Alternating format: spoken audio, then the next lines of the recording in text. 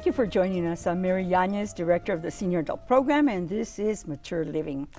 As you know, we bring you interesting information for families, for the community, and we've invited today for our first interview and our conversation with Machelle Wood. And Machelle is the Educator and Public Programs Coordinator for a beautiful home, the Magoffin home, which is a state historic site. Yes. That is so awesome. And I know we've invited you in years past, but it was time that we brought you back. Oh, well, thank you. I really appreciate that, Mary. Machelle, I wanted to ask you, how long have you been with the Magoffin home? I've been with them 8 years. Okay. Well, actually, it'll be June 5th. Wow. Well, welcome back, and I'm glad you're still there. I'm sure you're preparing wonderful programming for our community. Yes. You're going to tell us all about the historic value of that site. Oh, absolutely. You know, it's one of the things that I love to talk about with the Magoffin home is it was built 6 years prior to the train's arrival in El Paso. The train came in on May 14th, 1881. So yeah, we're coming up on the anniversary. That's right. And with that, a lot of people who built in adobe, like the Magoffins, because it is an adobe home, it was built at the time when most people were building out of adobe. And as Joseph's wealth increased, as the city grew in size, a lot of people who had originally built in adobe tore their homes down. Yes. And replaced them with lumber and fired brick. Well, Joseph doesn't do that. So we have one of the, I believe it's the last example that we have of a home that was built before the utilities. Oh my because that gosh. same year in 1881, the electric company, the gas company, and the water company were all formed. And so all the new construction was pre-wired and pre-plumbed for gas and water and electricity. So the Magoffin's home had to be retrofit. Wow. Yeah, Yes. it's interesting to look at the home and realize that, you know, all the fixtures and the utilities that are in the home that we interpret today in our tours, it really was an afterthought for that home. Okay. And you can't really do major changes to any historic site. Oh, no. We follow under an antiquities code, and technically the home, well, the home belongs to Texas and the people of Texas. So it belongs to you. Oh, good. It belongs to me. It belongs to all of us, right?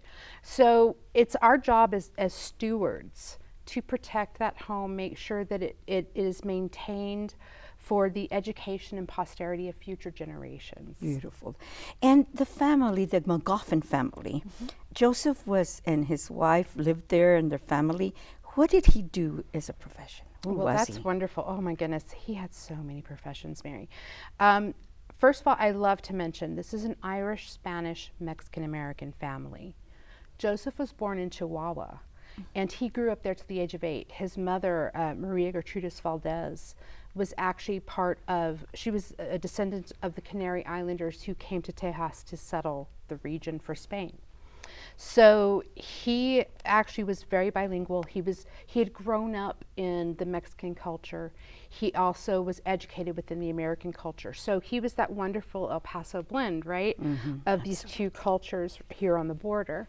So he was a perfect candidate to be able to start all these businesses, to talk to everyone within the community, to help bring everyone together to make major changes. So Joseph, he's a justice of the peace, a customs tax collector, which is a federal position. He was actually appointed by President Taft to serve as a customs tax collector here on the border.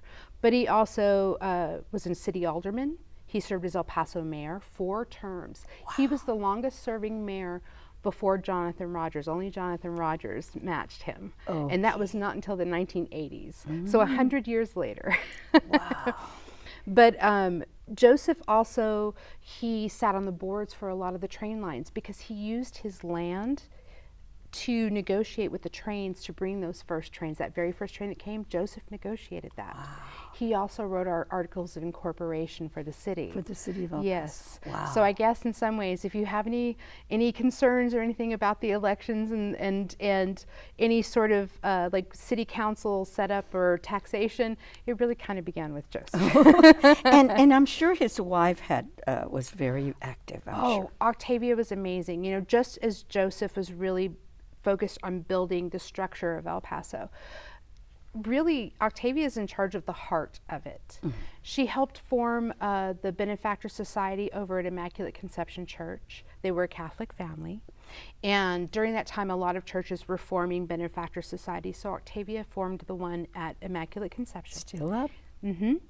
And they did things like pay bills for those who were ill and couldn't afford to work and pay their bills. She helped with that. She also went so far as to actually going to people's homes and cooking and cleaning when they were ill, helping take care of them. Mm-hmm. In fact, she dies early, very young, at the age of 60, yes. Because she was working with people who, she was actually working with one gentleman who had contracted a paralytic disease. We think it was probably polio. It was a disease that was making the rounds in the Southwest here. Yes. And she was tending to him, and she contracted it and died. Oh my goodness. Yeah. Wow, what a beautiful story of a beautiful family. And of Yes. course, that's the importance of this modern El Paso. Yes. You've just mentioned, you touched on the railroads, you touched Yes. on Joseph Magoffin and all the work that he did Yes. to build. You know, if he city. hadn't done all the work that he did, Mary, we would not have the city that we have today. We must go visit the Magoffin home. We must go and imagine and take us to that time. Oh, absolutely. And I'm going to go visit you, knock on your door. Tell me about the programming, your cooking classes, the rentals, whatever you want to share right now. Sure. So some of our most exciting programming right now is the cooking class. Gloria Garza, one of our interpreters, she uses the El Paso cookbook that was published here in 1898. Interestingly enough, El Paso does one of the first fundraisers for a YMCA with a cookbook where all these women are submitting recipes. So we have recipes preserved from Octavia, from their daughter-in-law Anne, and we prepare those and we show people, because the recipes then don't look like the recipes now. Ooh. There's not a list of ingredients. You have to read a whole paragraph and figure out from that paragraph what you need. Yes. That is exciting. And imagine, you know, the ovens at that time didn't have a thermostat, they didn't have a temperature gauge. So they may say things like, oh, you know, just make sure that you put this in the hottest part of the stove or the coolest part of the stove. Or when it starts bubbling, right. It's done or whatever. Right. And measurements are things like, oh, a teacup of this. My favorite is butter the size of a partridge egg. We had to research how big a partridge egg was. Yes. We had no idea. That is so cool. And that is this cooking class. Yes. And when does it, how can they join the class? All you need to do is, it's the first Saturday of every month at 10 a.m. If you will call our number, 915-533-5147, you can reserve a spot. It is, I believe that one is $5 per person. And we, of course, have the ingredients and all the setup. Sometimes, because of the difficulty of the recipe, it might just be a demonstration. Sometimes it's actually hands-on. Yeah. And of course, there's always a taste test. Oh, yes. Always a That's taste wonderful. test. Yes. We like that, don't we? Absolutely. That's the good part. That's right. Okay, so what other programming happens there at the Magoffin? Do you have tours? We do. We have tours that are offered 6 days a week. We do 5 days a week. We do Tuesday through Saturday from 9 a.m. to 4 p.m. 4 p.m. is the beginning of our last tour of the day. The tours take about 30 to 45 minutes, sometimes a little longer, just depending on questions. That's right. And it's funny, we do find people who will come and they don't know what to expect. And once they get in there and start to get the history and everything, the questions just bubble up. That's and right. we have to answer them. And we're happy to answer them. We love questions. So That's yeah. great. And your staffing, how many staff do you take? Volunteers? We do take volunteers. Oh my goodness, we really could use some volunteers right now. Everyone could use volunteers. Can we right? dress up? Yes, yes, absolutely. I like to dress up. Absolutely. In fact, we have one volunteer, and she's also a board member of our friends group, Sharon Cowell. She dresses up, and she is amazing. I mean, A lady. Chef's kiss. Yes. It's so beautiful. We Yes. can learn from her. Yes, absolutely. And she will tell you the best place to get some of your pieces. Most cost-effective methods, but the most accurate as well. That's great. Yeah. Oh, I'd love that to have a conversation with her. Rentals, do you rent? Yes. And what kind of facilities do you have?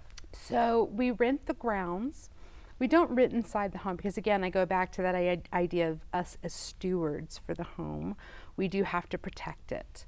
Right. And so we do offer ground rentals. Now, we have 1.5 acres of really beautifully landscaped grounds in the middle of the downtown area, all surrounding this beautiful historic home. And we do wedding receptions, we've seen quinceañeras, we've seen lots of different events take part on the grounds. We're really just the venue, but we can help point you to things that you might want, maybe linen supply, maybe table and chair supply, things like that. We can kind of help you find those. And what's the capacity? Sure. The grounds, we have estimated the grounds itself as about 200. Okay. But if you want the courtyard, which is another, if you have a smaller event where you maybe have 50 people, the courtyard is beautiful. There's roses and trees. We have our olive tree that is probably around 100+ years old. Yes, and it still puts out olives. And so they can call and get the fees? And yes, absolutely. And they also can look at our website, www.visitmagoffinhome.com.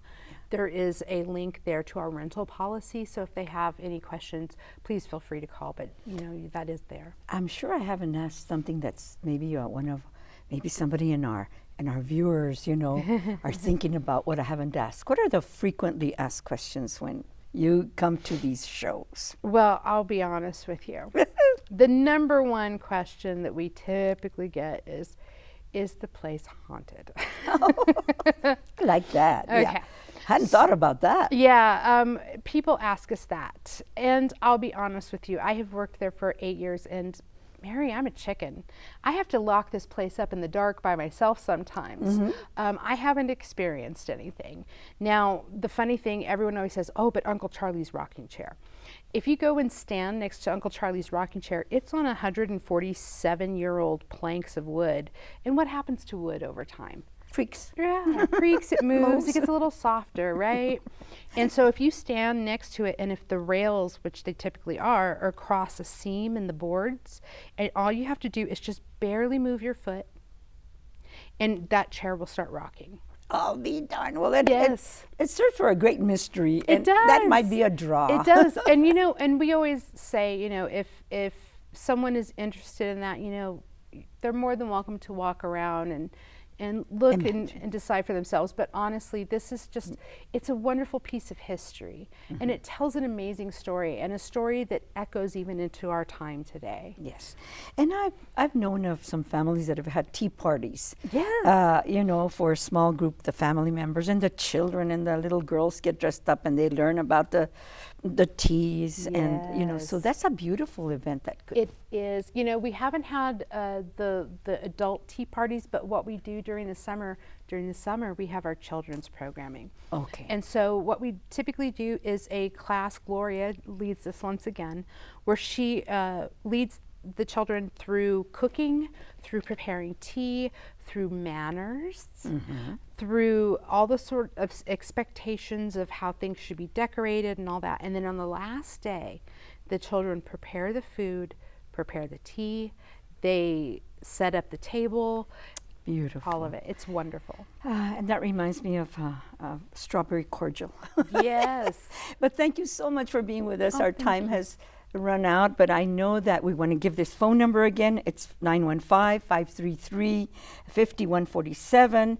And so they can, they can also go to your webpage, Yes. www.visitmagoffinhome.com. Thank you Yes. for being with us. Machelle Wood, you're doing a fantastic job. Oh, thank God you, bless Mary. you. You Thank too. you. See you again. And we'll be back with more of this.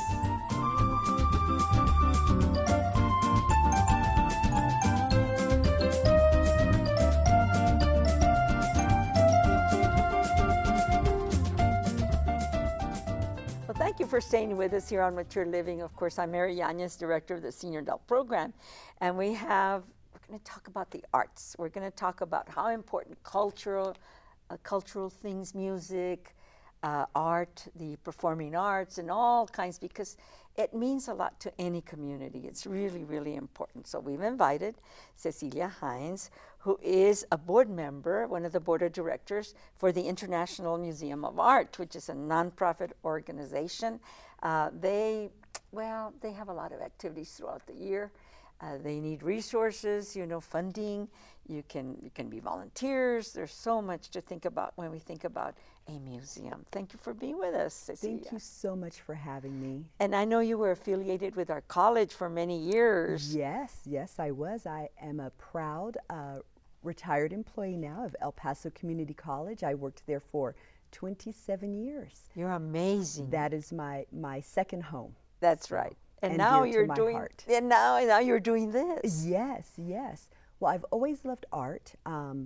I am not an artist, but I love art. I've always loved all of painting, drawing, all of those things. And so when I had the opportunity to be a board member at the International Museum of Art, I couldn't turn it down. It was wonderful. It's a great retirement activity, I'm sure. Oh, and yes, very much so.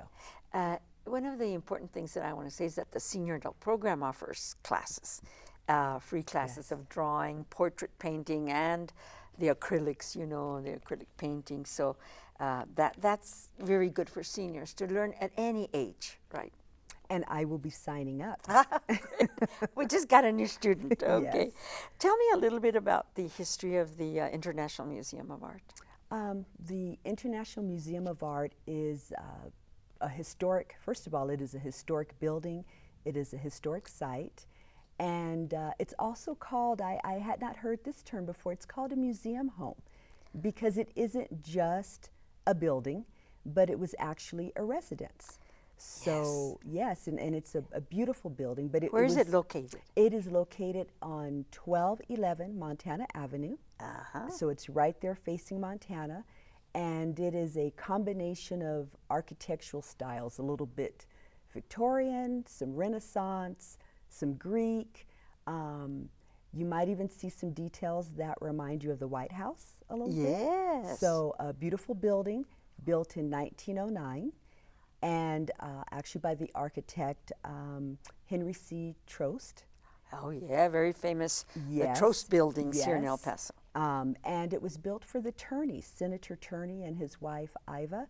And they lived in the home from 1909 to 1939. There's also some beautiful stained glass windows in the museum, so it's really lovely.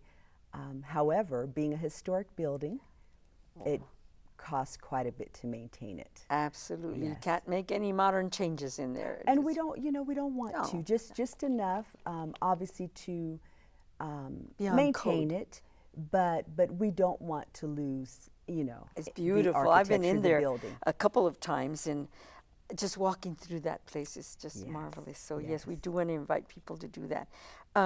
So that's the history of the International Museum of Art on Montana Street.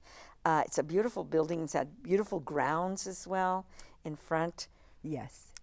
It's And maintained so beautifully. we're going through a little bit of a transition, so there are some things that, improvements we need to make and want to make, but I'm always, it makes me happy when I see people come to the museum and they're just so delighted, and especially once they realize that this was an actual home. And we are willing to do tours so that they can see kind of behind the scenes. And it's so interesting to see like the hidden stairways and Oh my gosh. some we know were for the servants' quarters. Some we're not sure what those hidden stairways were for. So very, very interesting. And we have some wonderful collections as well. Beautiful. Yes. Now, community partnerships. Tell me about how you handle those, or how how you nurture those community partnerships. Well, of course, we want to build more community partnerships because this is the People's Museum. And so, as a matter of fact, this past Saturday, April 2nd, we hosted, or I should say initiated, our first EPCC and International Museum of Art partnership. And so, it was wonderful. Great turnout, well over 200 people. And of course, obviously, since I was at EPCC, we invited the EPCC art community, the faculty, the staff, the students. So in our Turner Youth Gallery, we had the students present their artwork, and in the North Gallery, the faculty and staff. And that exhibit runs through the end of the month. So the opening reception was April 2nd, but the artwork, both student and staff, will be there through the end of the month. Very good, very good. That's a new partnership. So what Yes, about it your is. recurring and loyal partners? We are also reaching out to the school districts because they have also been wonderful and loyal partners with us. And so we want to continue that partnership. There's just so much talent in El Paso. Yes. And all ages, all generations, and we want to showcase that. It is an international museum, but El Paso's an international city. And so we just want to showcase the talent that we have here. Sometimes El Paso gets overlooked, when we're competing with the larger cities. So we want to showcase that. And the other, I should say, partnership that we are building towards is the Turner Youth Gallery Art Education Program. Wow. And so with that, as we reach out to the local school districts, not only do we obviously want to display the students' artwork, and that program is geared towards 10th through 12th graders, but in return, along with that, those students will have some training, some art education training, which is wonderful. One, they can add that to their college resumes, and it will give them experience in museum and gallery etiquette, and even more importantly, how to, for example, start an exhibit. They want to exhibit their art. And at first that sounds easy, but then you have things like, well, how do you display your art? Yes. What's the proper placement? How do you hang it properly? Yes. So How do you label things? How do you label things? Wonderful. Yes, very, very important. Okay. And so that is what the Turner Youth Gallery Art Education Program will highlight. Wonderful. We think about pillars, pillars of support. Do you have something like that? Yes, we do. So that is our fundraising campaign, and our Vice President, Cynthia Horton, thought of this incredible idea because as we mentioned earlier, our museum is a nonprofit, and so sometimes people think, oh, they're getting all this money from the city and the state, and no, not for us, unfortunately. So our support comes from the public. And so the idea is not only to invite the public to the museum, but to let them know that there are some costs, associated with it. Basically, overall, and this is just minimum in regards to operating facilities, those cost $100,000 a year. Wow. That doesn't count salaries. And so the pillars of the support, we are asking the community to sponsor. Maybe you can sponsor a day. And that is $11, and I'm going to peek at my notes. That's I want to make it. sure $11.41 per day. Maybe you can sponsor an entire day. A month? Yes, and so a day is Even better, a year. $274, a month, a year. And so the other part is to say thank you for those people who sponsor at least one day or more. Don't know if you can see this beautiful gold medallion. Coin. This is a gold challenge coin. A challenge coin. And so for those who sponsor one day or more, Beautiful. yes, That is so beautiful. they will receive that. And so yes, that is our Pillars of Support campaign. Our goal is to raise at least $100,000 because it is needed to keep the facility running. And you mentioned a vice president. Who are your president? Who are your Our officers? president is Ralph McCullen. He is the president of the board, and I mentioned Cynthia Horton. She is the vice president. And I guess with that, I should mention the rest of my colleagues. Yes, C.J. Jaquez, Prince McKenzie. I know Prince. Yes, he's From wonderful. UTEP, yeah. A wealth of knowledge. He's wonderful, wonderful. And Linda Metlock. Okay, wonderful. Well, that's a very hardworking board. And I know that. We are, yes. And then we're going to be getting to a website and a phone number that people can call. But is there something that I haven't asked that you have in your notes? Because sometimes I don't have the questions that somebody else out there watching us and our viewers are thinking about. Let's see, maybe two quick things. The International Museum of Art is also included on the Tom Lee Heritage Trail, and that is because, the museum faces Montana, but our side street is brown. Yes. And over the door, there's an entrance there. Over the door on the lintel is a piece by Tom Lee. Oh, yes. And so, local. Yes, and so we are included on the Tom Lee Heritage Trail. And so I invite people to come out and view that as well. And our website has been updated. Okay, great. Yes, so now people can easily contact us through the website. Our calendar of events is there. Beautiful. There is a tab for Pillars of Support. There is a tab for donations. And there's also a tab if you'd like to be added to the mailing list. And so then you'll get updates and reminders when events are coming up. Events and exhibits and Yes, fundraisers. And yes. That's beautiful for anybody that wants to make that a goal.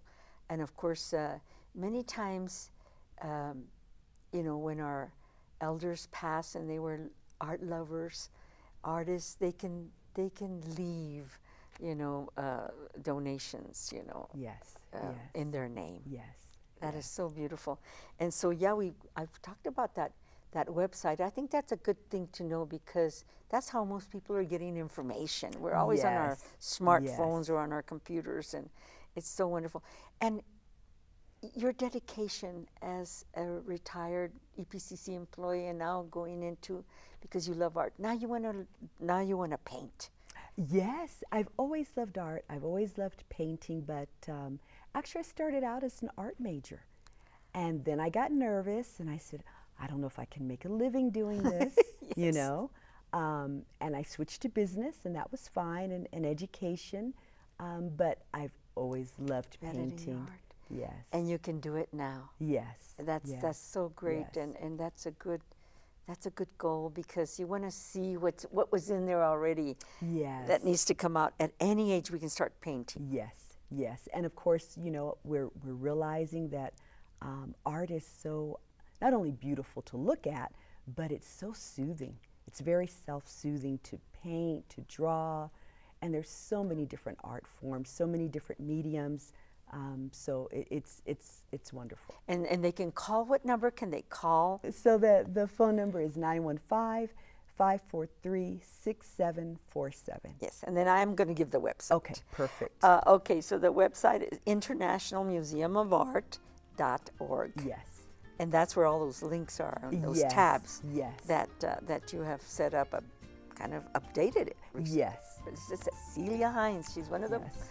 board of directors of that museum. Thank you for being with us so much. Thank you so much for having me. back again. Thank you. Thank you. All right. And so we'll see you all next week, okay?